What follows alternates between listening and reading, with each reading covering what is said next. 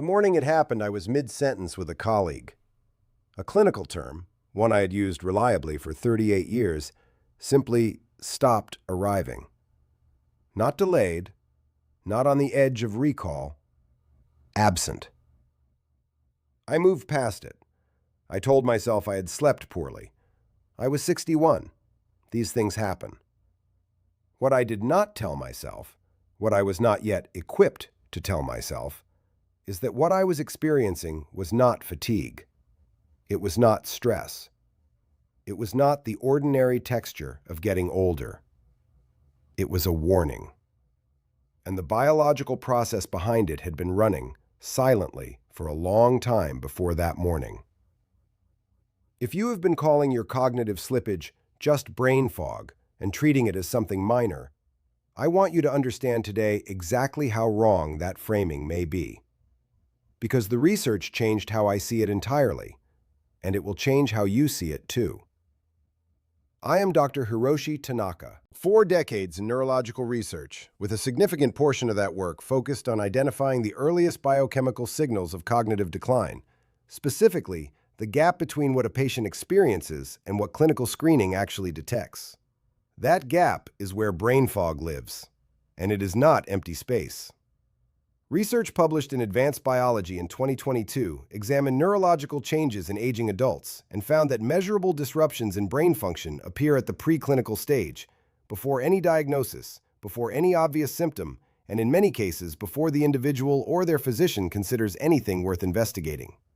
The fog that the medical community routinely attributes to stress or hormonal shifts is, in a significant number of cases, the first perceptible signal of an interference process already underway. The wellness industry responded to this with stimulants, caffeine L-theanine blends, adaptogen stacks, nootropic formulas promising mental clarity that produce a temporary reduction in the feeling of friction, without ever asking what is causing the friction. That is the enemy. Not bad intentions. A structurally wrong question. Neuroevidence exists for one reason: to give you what the published research actually says about protecting your brain, without commercial filtering, without sponsor incentives, without simplification that distorts the finding. If that is the standard you want your information held to, subscribe now. Your cognitive health warrants rigorous information. This channel is built on that premise. And before we go further, type the word clarity in the comments. If you have been inside the fog long enough to suspect it is more than fatigue, that word is yours. It also tells me this research is reaching the people who need it most. So what is brain fog precisely? Not as a subjective experience, as a biological event. The thoughts are there. The words are there, the memories are there, nothing has been deleted. What brain fog represents, at the neurochemical level, is interference. Active, accumulating biological interference between your conscious mind and the information your brain is attempting to retrieve. Picture a water tank. On the floor of that tank, every memory, every word, every name you have ever stored sits, waiting. In a healthy brain, the water is clear. Retrieval is direct contact. But over years, fine sediment drifts down and settles on that floor. Protein byproducts the brain is supposed to clear continuously, but has gradually failed to process. The water does not look obviously cloudy. On a good day, it looks almost clean. But every time you reach for something, the reaching disturbs the floor. What rises to meet your retrieval attempt is not the memory cleanly. It is sediment suspended in the water between you and it. That is brain fog. Not an absence of thought, a density of interference making every retrieval turbulent. 3 specific biological failures drive this. First, declining nerve growth factor. NGF maintains and rebuilds the neural pathways retrieval depends on. As NGF falls, those pathways degrade. The architecture of access weakens. Second, oxidative stress. Reactive oxygen species accumulate inside neurons, causing progressive cellular damage and dramatically accelerating protein deposition. The tank fills faster the more the cellular environment deteriorates. Third, failed neurochemical clearance. The brain has a dedicated maintenance system for breaking down tau protein and beta amyloid, the two primary forms of sediment. When NGF declines and oxidative damage rises, that clearance system becomes overwhelmed. The accumulation outruns removal. A 2023 study in Molecules identified a compound isolated from tamarin pulp that measurably reduced tau and beta amyloid levels and improved spatial memory function in impairment models. Not by adding signal, by removing what was blocking access to signal that was already there. Brain fog is not nothing. Brain fog is the water going cloudy, and cloudy water, left alone, only settles darker. What does the standard response to brain fog look like? First, the nootropic blends. Caffeine stacked with L-theanine, sometimes ashwagandha, sometimes lion's mane at subclinical doses dressed up on a label with clinical-sounding language. These reduce your perceptual sensitivity to the turbulence for a few hours. The sediment is entirely undisturbed. In many cases, the masking delays the recognition that something more serious needs addressing. Then come the gut protocols. Fix the microbiome, fix the brain. There is genuine upstream evidence connecting systemic inflammation and gut health to cognitive performance. But restoring the gut lining does not initiate beta amyloid clearance.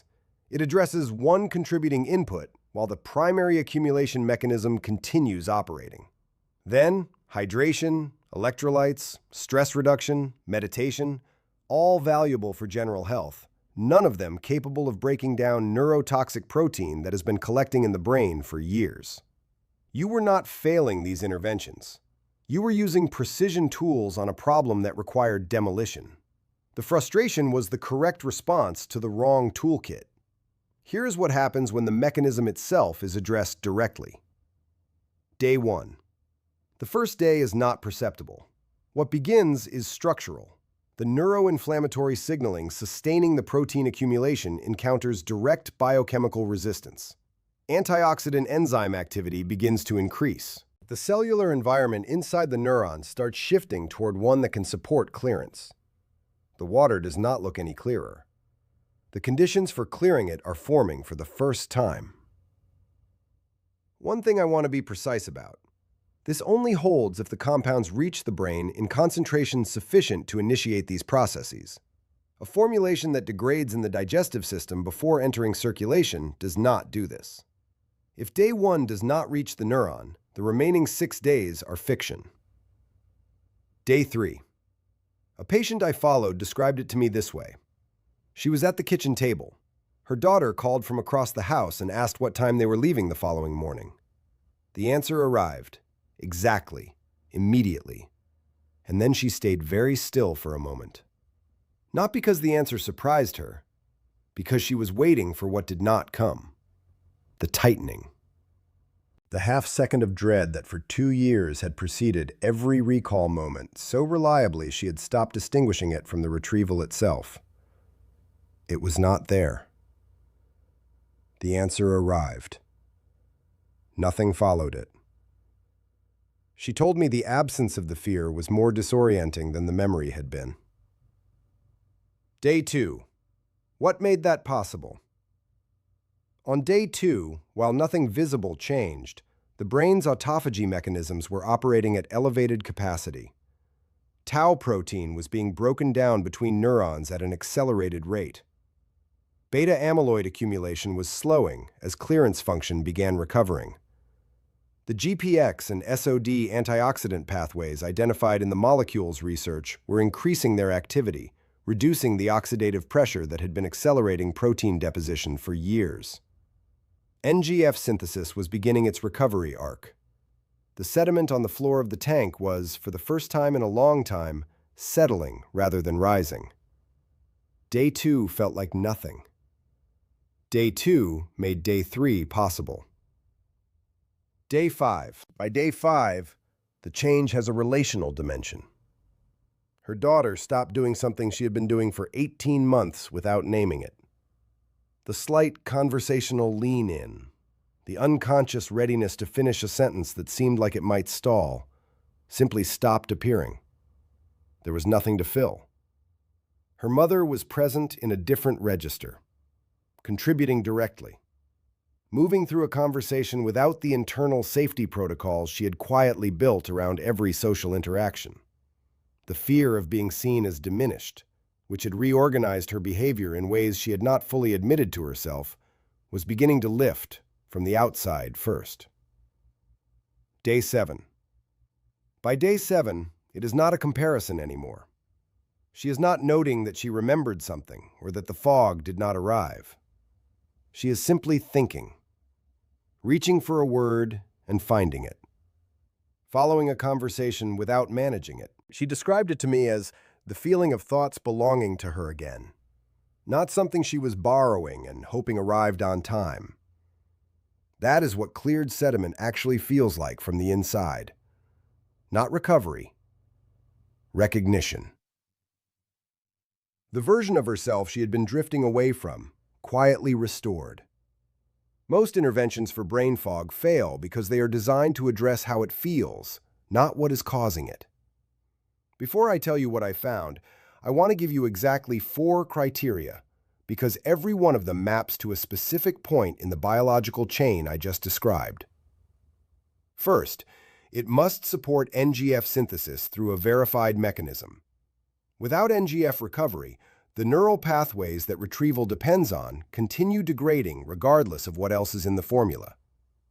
Second, it must reduce oxidative stress specifically at the neuronal level, targeting the reactive oxygen species accelerating protein deposition inside brain cells. Systemic antioxidant activity is not sufficient here. Third, it must directly initiate clearance of tau protein and beta amyloid. This is the criterion the market has almost entirely ignored. If the sediment is not removed, the tank stays cloudy. Fourth, the delivery format must actually cross the blood-brain barrier. This is the prerequisite for the first 3 criteria, meaning anything at all. A compound that cannot reach the neuron in sufficient concentration is addressing the label, not the mechanism. Very few things meet all 4. That is not my opinion. That is what the research shows when you apply these criteria honestly. Neuroprime is what I found when I applied those criteria without compromise. It is a liquid drop, taken sublingually, which satisfies the delivery criterion before anything else is considered. The active compounds enter circulation directly, bypassing the degradation that renders most capsule-based formulations neurologically inert. The formulation includes lion's mane for verified NGF synthesis support, the tamarin compound documented in the 2023 molecules research for tau and beta amyloid clearance, and pine bark extract targeting the oxidative environment at the cellular level. The link is in the description. What you will find there goes considerably deeper into the mechanism and the research behind each component. I would ask you to read it before making any decision, not as a product page, but as the continuation of what this video began. Realistically, within the first 7 days, expect a qualitative shift in the density of the interference. Not a dramatic clearing, a reduction in turbulence. Many people notice it first in the absence of the anticipatory fear before recall moments. Full and sustained results require 30 to 60 days of consistent use. The accumulation this addresses took years to build. Set your expectations accordingly. 1 drop each morning, directly under the tongue or mixed into whatever you already drink. 10 seconds. No protocol, no regimen to maintain. There is a 365-day full money-back guarantee. Every unused bottle returned, no conditions, complete refund. For someone who has spent real money on things that never address the correct problem, that removes the last rational reason to wait. Type the word awake in the comments, because that is the choice this video is really about. Choosing to be fully awake inside your own mind, rather than accommodating a fog that was never supposed to be permanent. And if you know someone who has been dismissing their cognitive slippage as stress, as aging, as something not worth investigating, share this video with them directly. Not as advice, as the information I wish someone had handed me before the morning that made it impossible to ignore. The fog was never who you are. It is what was accumulating in the space between you and yourself. Now you know what it actually is. That is where everything changes.